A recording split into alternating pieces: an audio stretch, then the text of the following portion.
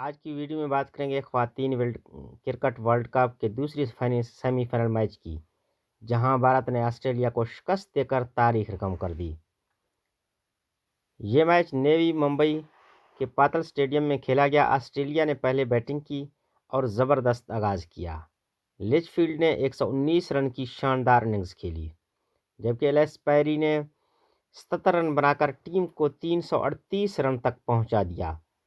بھارتی بولر نے جدوجہد کی، مگر آسٹریلیا کی بیٹنگ لائن اپ واقعی مضبوط نظر آیا۔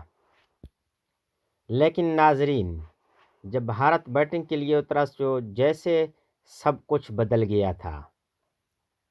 جمیمہ نے اپنی زندگی کی بہترین اننگز کھیلی، شاندار سنچری مکمل کی۔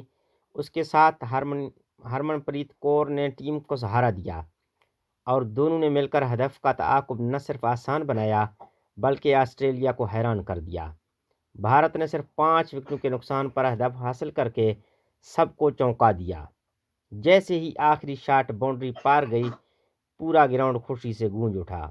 بھارتی ٹیم فائنل میں پہنچ گئی اور یہ جیت صرف ایک میچ نہیں بلکہ ایک پیغام ہے کہ خواتین کرکٹ میں بھارت دنیا کی سب سے مضبوط ٹیموں میں سے ایک ہے۔ جمیمہ کو میچ کا بہترین کھلاڑی قرار دیا گیا۔ یہ جیت بھارتی کرکٹ کے لیے نیا باب ہے۔ ناظرین، آپ کے خیال میں بھارت فائنل میں ساؤتھ افریقہ سے جیتے گا یا ہارے گا؟ کمنٹس میں ضرور بتائیے گا۔ ویڈیو پسند آئی ہو تو سبسکرائب کیجیے، بیل آئیکن دبائیے اور اگلی ویڈیو میں ملاقات۔